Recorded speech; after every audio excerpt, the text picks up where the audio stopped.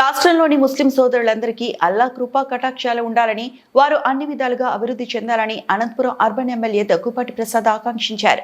పవిత్ర రంజాన్ సందర్భంగా అశోక్ నగర్ లోని ఈద్గా మైదానంలో నిర్వహించిన ప్రార్థనలో ఎమ్మెల్యే దగ్గుపాటి పాల్గొన్నారు. ఈ కార్యక్రమంలో ఎంపీ అంబికా లక్ష్మీనారాయణతో పాటు పలువురు టీడీపీ నాయకులు, కార్యకర్తలు పాల్గొన్నారు. మత పెద్దలతో కలిసి ప్రత్యేక ప్రార్థనలు నిర్వహించారు. ముస్లిం సోదరులను ఆలింగనం చేసుకుని రంజాన్ శుభాకాంక్షలు తెలియజేశారు.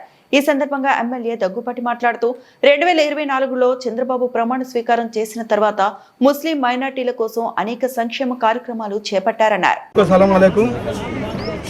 అందరికీ ముందుగా ఈద్ ముబారక్, రంజాన్ శుభాకాంక్షలు.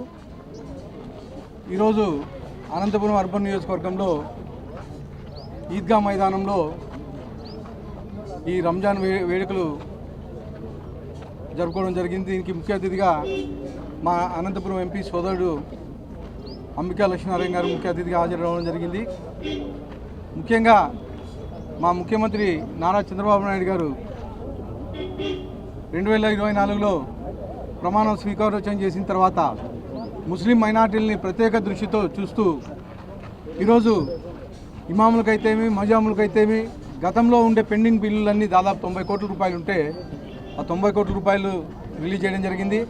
అలాగే ఈ సంవత్సరానికి సంబంధించి 45 కోట్ల రూపాయలు కానీ ఈరోజు ఇమాం మౌజాములకి రిలీజ్ చేయడమే కాకుండా దాదాపు రాష్ట్రంలో ఉండే అన్ని మసీదులకు మౌలిక వసతులు కల్పిస్తూ, అంటే అక్కడ తాగునీటి సౌకర్యం అయితేమి, అలాగే టాయిలెట్స్ సౌకర్యాలు అయితే ఇవన్నీ ఈరోజు మా ముఖ్యమంత్రి నారా చంద్రబాబు నాయుడు కల్పించడం జరిగింది.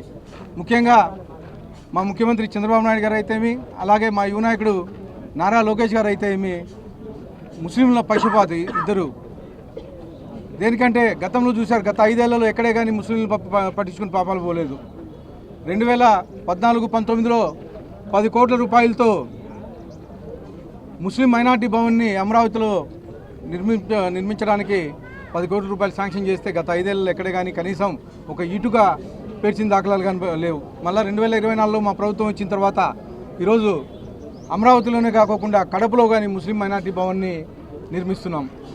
అంటే ముస్లింల పక్షపాతి అని మా ముఖ్యమంత్రికి ఒక పేరు పడిపోయింది. అలాగే ఈరోజు హజ్ యాత్రకు పోయే వాళ్ళకైతేమి, అలాగే ఈ కళ్యాణ లక్ష్మి ద్వారా దుల్హన్ పథకం అయితే ఇవన్నీ ఈరోజు మా ముఖ్యమంత్రి నారా చంద్రబాబు నాయుడు గారు చేస్తున్నారని చెప్పేసి తెలియజేస్తా ఉన్నాను. ఇవే కాకుండా ఈరోజు మైనార్టీల కోసం దాదాపు ఈ సంవత్సరం 6,090 కోట్ల రూపాయలు బడ్జెట్ పెట్టిన ఘనత కానీ మా ముఖ్యమంత్రి నారా చంద్రబాబు నాయుడు గారిని చెప్పేసి తెలియజేస్తాను. ముఖ్యంగా తల్లికి వందనం పేరుతో గత ప్రభుత్వం కేవలం ఇంట్లో ఒక్కరికి మాత్రమే ఇస్తుంటే ఈరోజు మా యువ నాయకుడు నారా లోకేష్ గారు తల్లికి వందనం కింద ఇంట్లో ఎంతమంది ఉంటే అంతమంది పిల్లలకి ఈరోజు 15,000 రూపాయలు ఒక్కొక్కరికి వేయడం జరిగింది.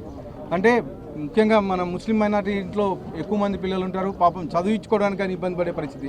కానీ ఈరోజు మా యువ నాయకుడు నారా లోకేష్ గారు అందరినీ చదివించే విధంగా ప్రతి ఒక్కరికి 15,000 రూపాయలు వేసిన కనుక మా యువ నాయకుడు దాన్ని తెలియజేసుకుంటూ మరొక్కసారి ముస్లిం మైనార్టీ సోదరులందరికీ రంజాన్ శుభాకాంక్షలు తెలియజేస్తాను.